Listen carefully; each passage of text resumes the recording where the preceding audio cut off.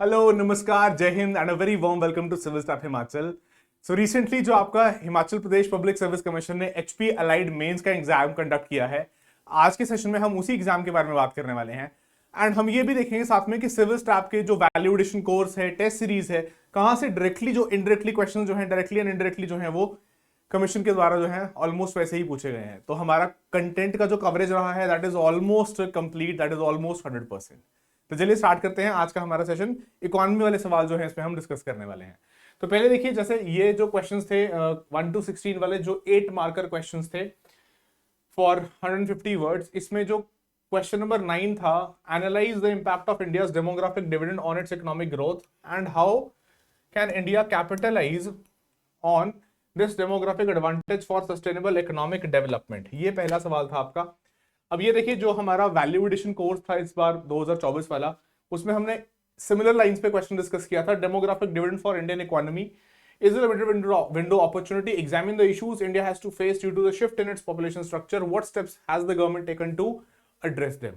Right. मतलब हमने main इसी थीम को टच करते हुए जो है we had discussions in our value addition course in this 2024, जो हमारा offline live mains value addition course था for the HP allied exam. ठीक है, अब देखो सवाल जो है उसका एक बार फटाफट देख लेते हैं कि आंसर बनता कैसे है, कि किस तरीके से आप इस सवाल को अटेम्प्ट कर सकते थे। तो हम यहाँ पे देख रहे हैं कि डेमोग्राफिक डिविडेंड जो है उसको आप डिफाइन कर सकते थे कि ये एक ऐसा विंडो है, एक ऐसा पोटेंशियल है कि अगर पॉपुलेशन में जो यंग पॉपुलेशन का परसेंटेज है अगर वो आउटवे करता है, वो ज्यादा है as compare to the children and to the elderly, तो हमारे पास एक एडवांटेज गेन करने की पोजीशन जो है वो अराइज होती है कि हम इस पॉपुलेशन के सेट को अगर हम इसको एजुकेट करते हैं, हम इसको हेल्दी बनाते हैं, हम इसको स्किल्ड बनाते हैं, तो ये एक हमें डिविडेंड रीप करके दे सकता है, विच यू ऑल है ना अंडरस्टैंड एज डेमोग्राफिक डिविडेंड। फिर इंपैक्ट इसका आ जाएगा जहां पे इंक्रीज एलएफपीआर लेबर फोर्स पार्टिसिपेशन में हमारे को देखने को मिलेगा कि पार्टिसिपेशन रेट बढ़ेगा। अगर आप उनको एम्प्लॉयड करोगे तो और इवन बेटर होगा, है ना। जिसमें आप स्टैटिस्टिक्स आपको कोट करने होंगे कि लेटेस्ट जो है हमारा क्या स्टैंड कर रहा है, कि लोएस्ट है हिस्ट्री में, ऐसे ऐसे करके ये डेटा बैकिंग डिमांड कर रहा था question along with the points. Then higher consumer demand and market expansion के अगर आपको देखने को मिलता है कि ज्यादा यंग पॉपुलेशन का स्पेंडिंग है या वो एग्रीगेट डिमांड करते हैं, तो उससे consumer spending, market expansion, economic growth, ये सारी चीजें भी आप कह सकते हो ड्राइव होती हुई दिखाई देती हैं। तो इसमें आप कोट कर सकते थे कि प्राइवेट जो कंजम्पशन एक्सपेंडिचर है बाय द हाउस होल्ड, उसका डेटा यहाँ पे हमें कोट करना चाहिए था। Then similarly growth in savings, investment, rise in innovation, entrepreneurship, industrial growth, ये सारे पॉइंट्स आ जाएंगे जो आपके क्वेश्चन के फर्स्ट पार्ट को एड्रेस करेंगे। फिर सेकंड पार्ट जो था that is what are the challenges to reaping demographic dividend. तो ये सारे चैलेंजेस के बाद, मतलब ये सारे ऊपर वाले पॉइंट्स के बाद हमें देखने को मिलता है कि एक तो डेफिसिट है in terms of employment generation, skills का मिसमैच जो एक कह लो कि काफी लंबे समय से एक गैप रहा है when we speak of the industry academia mismatch, के एकेडेमिया एंड इंडस्ट्री दोनों के बीच में देयर इज अ मिसमैच। मतलब एकेडेमिया जहां जिस लेवल पे स्किल प्रोड्यूस करके आपको फ्रेश पास आउट ग्रेजुएट्स देता है, इंडस्ट्री के लेवल की रिक्वायरमेंट्स वहां फुलफिल नहीं होती, a mismatch in the skills. Then health care, social security, gender disparities, regional imbalances, ये सारी चीजें आ जाएंगी। Then what can be the further strategies to capitalise on India's demographic dividend for sustainable development, जो आप कह सकते हो कि जो डिमांड कर रहा था क्वेश्चन का मेजरली सेकंड पार्ट। तो इसमें हम लिख सकते हैं कि स्किल डेवलपमेंट रिफॉर्म जो है वो चाहिए, जॉब क्रिएशन और एंटरप्रेन्योरशिप चाहिए ताकि सस्टेन कर सके, health care, social infrastructure, empowering the genders, ये disparities, women in workforce, urban planning and sustainable development, technological advancement and policy reforms and governance efficiency। तो ये कुछ पॉइंट्स आपके जो हैं, ये you could have mentioned these points, right? Then last में conclude कर देंगे कि ये एक अच्छा यूनिक अपॉर्चुनिटी है, लिमिटेड विंडो अपॉर्चुनिटी है। डोंट फॉरगेट कि ये 2050 के अराउंड जो है विंडो डिक्लाइन होना स्टार्ट हो जाएगा, उसके बाद उतना ज्यादा स्कोप नहीं रहेगा हमारे पास डेमोग्राफिक डिविडेंड को रीप करने के लिए, right. So that is how you could have addressed the first question, है ना। इसमें आप लोगों ने कुछ अलग पॉइंट्स हो सकता है लिखे हो, definitely no issues with that, but ये कुछ पॉइंट्स इसमें आप मेंशन कर सकते थे। चलिए moving to the next question. अगला सवाल जो था, examine the objectives and outcomes of the 5-year plans in India, how successful were these plans in addressing issues like poverty alleviation, industrialisation and regional disparities. तो इसमें देखो अब ये again एक बार अगर हम एविडेंस बेस देखें कि सिविल स्टाफ ने क्या आपको यहाँ पे कुछ कवरेज दी थी, तो ये देखो ये again this is a snip from our allied value addition course 2024, जिसमें सिमिलर लाइंस पे हमने क्वेश्चन डिस्कस किया था that the foundational support to Indian economy after independence was given by economic planning and list the achievements of economic planning in India. तो similar lines पे question जो है हमने डिस्कस किया था in our value addition course, ठीक है। तो ये रहा आपका एविडेंस। चलो now coming back to this question कि कैसे आप इसको एड्रेस कर सकते थे। तो देखो we all know that planning era from 1950-51 with the establishment of the planning commission, and जहां से आगाज हुआ प्लानिंग का पूरी एक्सरसाइज का हमारा, तो आप बोल सकते हो कि ये एक कैसा सेंट्रलाइज्ड टाइप सिस्टम था जो फॉलो किया गया उस वक्त इनिशिएटिव का, जहां पे ग्रोथ में लीड रोल ले रहा है आपका public sector, which is the most suitable at that point of time, और प्लानिंग एक्सरसाइज इस तरह से स्टार्ट हो रही है। देन फर्दर ऑब्जेक्टिव्स आ जाएंगे इसके कि क्या क्या ऑब्जेक्टिव्स थे, है ना, जो सवाल का पहला हमारा हिस्सा था कि economic growth, industrialisation, industrial base setup करना, हैवी एंड बेसिक इंडस्ट्रीज, जहां पे हम देखते हैं कि इसमें आप मॉडल्स भी मेंशन कर सकते थे that the Nehru Mahalanobis model emphasise on creating heavy and basic industries का जो बेस क्रिएट करने की बात थी। Then poverty alleviation, employment generation, regional development, reduction of disparities, modernisation, technological advancement, है ना, ये भी बात की गई कि social and of course technological outlook में मॉडर्नाइज करने का जो एजेंडा रहा। Then success areas of these plans in particularly poverty alleviation, economic growth, industrialisation, जो 4 हेड्स में बेसिकली सवाल ने पूछा है स्पेसिफिकली। ये थोड़ा सा ट्रिकी था क्योंकि आपको यहाँ पे सभी प्लान्स में से आपको इन पर्टिकुलर हेड्स के ऊपर जहां जहां सक्सेसेस रही हैं उनको हाईलाइट करना था, राइट। तो इसमें ये स्पेसिफिक एग्जांपल्स आप कोट करेंगे, जैसे second 5 year plan 56 to 51 influenced by the Nehruvian model, है ना, emphasised on heavy industries which led to the establishment of various VC public sector enterprises, चाहे हम बेसिक्स में स्टील की बात करते हैं, कोल की बात करते हैं, एनर्जी की बात करते हैं, थर्मल पावर कॉर्पोरेशन की बात करते हैं, कॉनकॉर की बात करते हैं। तो ये सारे हमें देखने को मिल रहा है कि बेसिक जो आपका फर्दर कंज्यूमर गुड्स की प्रोडक्शन में हेल्प करेगा, वो सारे पीएससीज या पीएसयूज को एस्टैब्लिश किया जा रहा है through this particular plan, right, जो इंडस्ट्रियलाइजेशन को बढ़ावा देने में हेल्प करेगा। देन इसी में green revolution, 8-5 year plan, LPG, ये सारा आप यहाँ पे मेंशन कर सकते थे। Then further poverty alleviation and employment generation, so 6th plan integrated rural development programme, है ना, जो एम्प्लॉयमेंट अपॉर्चुनिटीज में हेल्प किया जिसने। 8th and 9th plan rural development schemes, rural employment schemes, Jawahar रोजगार योजना। 10वां प्लान था 2002 से 7, जहां पे पॉवर्टी रेट में सिग्निफिकेंट रिडक्शंस देखने को मिले, है ना। फिर backward region grants fund, 11th plan, inclusivity वाली बात, ये यहाँ पे regional development, reduction of disparities के लिए कर सकते हो। स्पेसिफिकली ये जो 11वां 12वां प्लान था, इसने तो खास तौर से इसके ऊपर बात की हुई थी, पर्टिकुलरली 11th प्लान, एंड यहाँ पे 12th प्लान भी मेंशन कर सकते हो, that is talking about inclusivity in growth, है ना, इंक्लूसिव ग्रोथ की बात कर रहा है। या उसके बाद 12th प्लान ने बोल दिया था मोर इंक्लूसिव ग्रोथ, ठीक है। तो ये पॉइंट्स जो हैं आपके इस पार्ट में जा सकते थे, ठीक है। फिर कुछ फेलियर्स थे कि हम अगर क्वेश्चन को वापस एक बार रिविजिट करते हैं तो कि एक मिनट, ये स्निपेट, या दिस वाज द क्वेश्चन कि how successful were these plans and addressing issues. तो हमने ये बता दिया कि चलो ठीक है ये सक्सेसेस थे, but what were the shortcomings, या कहाँ कहाँ पे कह सकते हो कि थोड़ा फेलियर रहा। तो अगर इसको बताएं तो या दिस कि उसके बाद ये कुछ इश्यूज रहे जहां पे हम देखते हैं कि उतना सक्सेस नहीं रहा। तो पर्टिकुलरली हमें देखने को मिलता है that it is in terms of कि बहुत ज्यादा हम इंडस्ट्रियल बेस तो जो क्रिएट कर लिया, लेकिन सेकेंडरी सेक्टर को बहुत ज्यादा लिफ्ट नहीं कर पाए।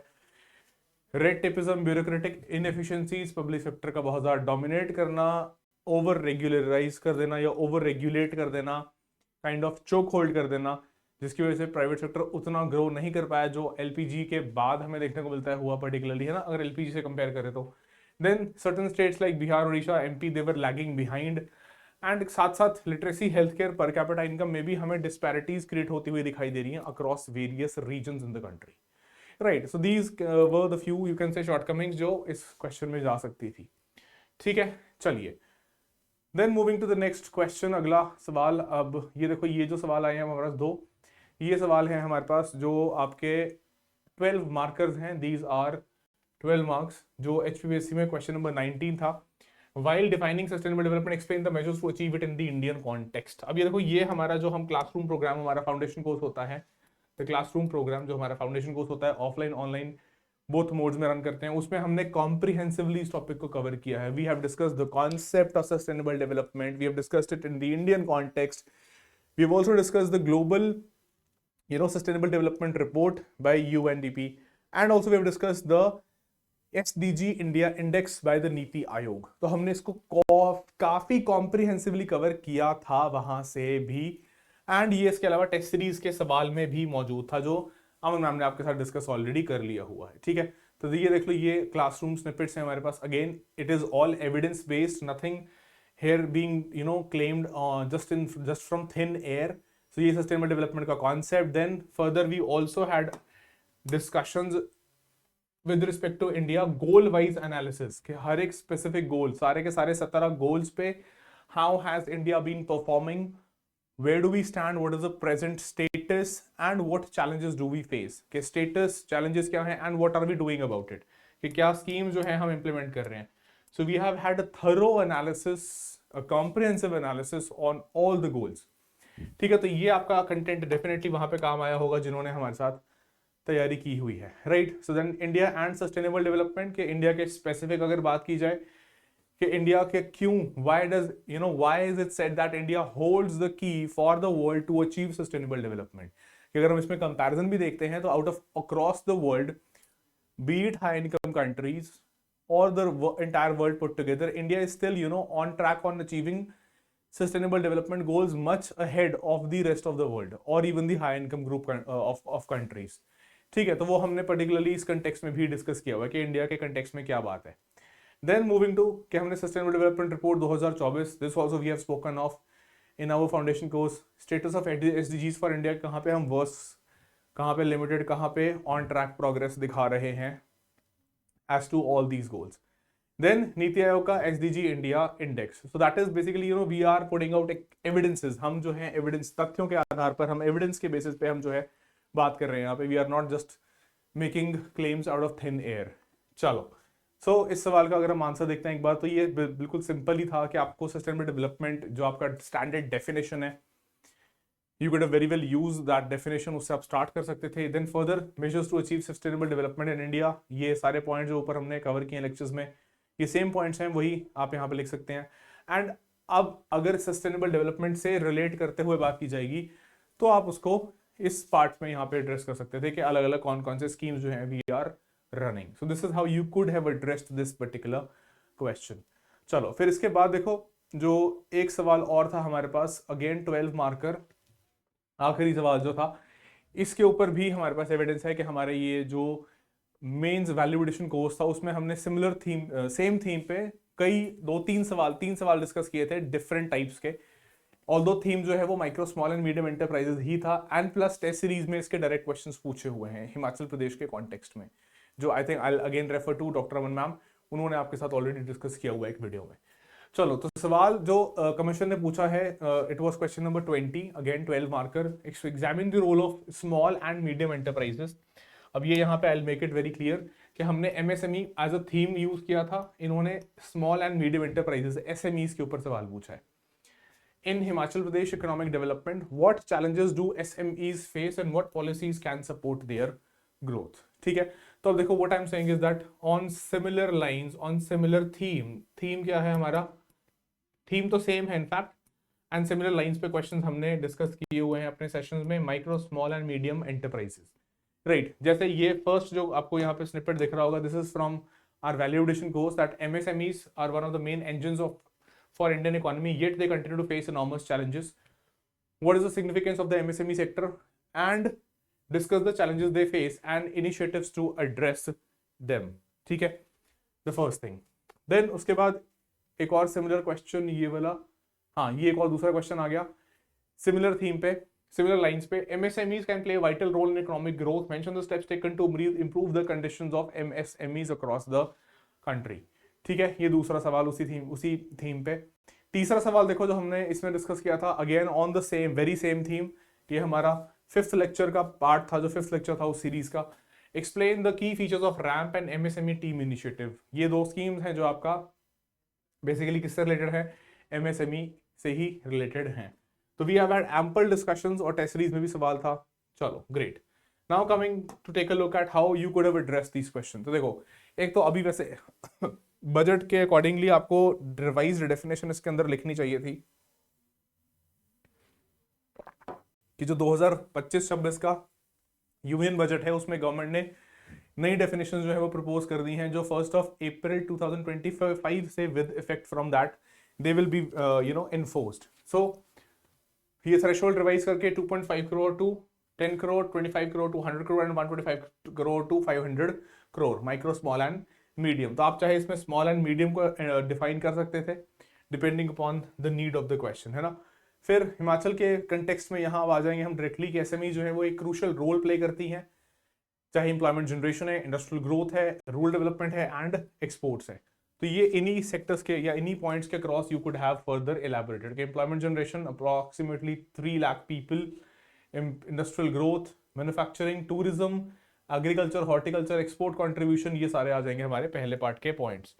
Next we would be writing the challenges faced by small and medium enterprises, जिसमें फाइनेंस एक चैलेंज देखने को मिलता है। वो एक कॉमन पॉइंट भी है कि एमएसएमईज के cross to mobilize money, to mobilize finance despite all the talk, ये एक चैलेंज है। फिर पुअर इंफ्रास्ट्रक्चर, कनेक्टिविटी, क्योंकि हमारा हिली स्टेट है तो एक ये कनेक्टिविटी वाला इशू रहता है। inadequate skills in terms of the labor force, regulatory and compliance burdens, then competition from large players and technological gaps। तो ये आपके पॉइंट्स हैं यहाँ पे मेंशन हो सकते थे which would have addressed the question number 20 जो हमारा था ये एमएसएमईज के ऊपर। ठीक है जी, चलो। So I hope you have got a clear picture as to how you could have addressed these questions and क्या जो है हमारे पास यहाँ पे एविडेंस बेस्ड क्या चीज़ें हैं जो हमने आपके साथ जो है डिस्कस की हुई हैं in either our foundation course और in our value addition course, जो मेंस एनरिचमेंट प्रोग्राम रन किया जाता है हमारे द्वारा, या फिर चाहे हमारी टेस्ट सीरीज रही हैं उनके अंदर। ठीक है, चलिए। So I hope you have given your best shot. बाकी आके देखेंगे और जो है जहाँ पे भी हम सपोर्ट कर सकते हैं, we will definitely support the entire aspirants in all their future endeavours. चलिए, दैट इज ऑल आज के सेशन में। Thank you so much, bye bye, take care, all the very best. जय हिमाचल, जय भारत।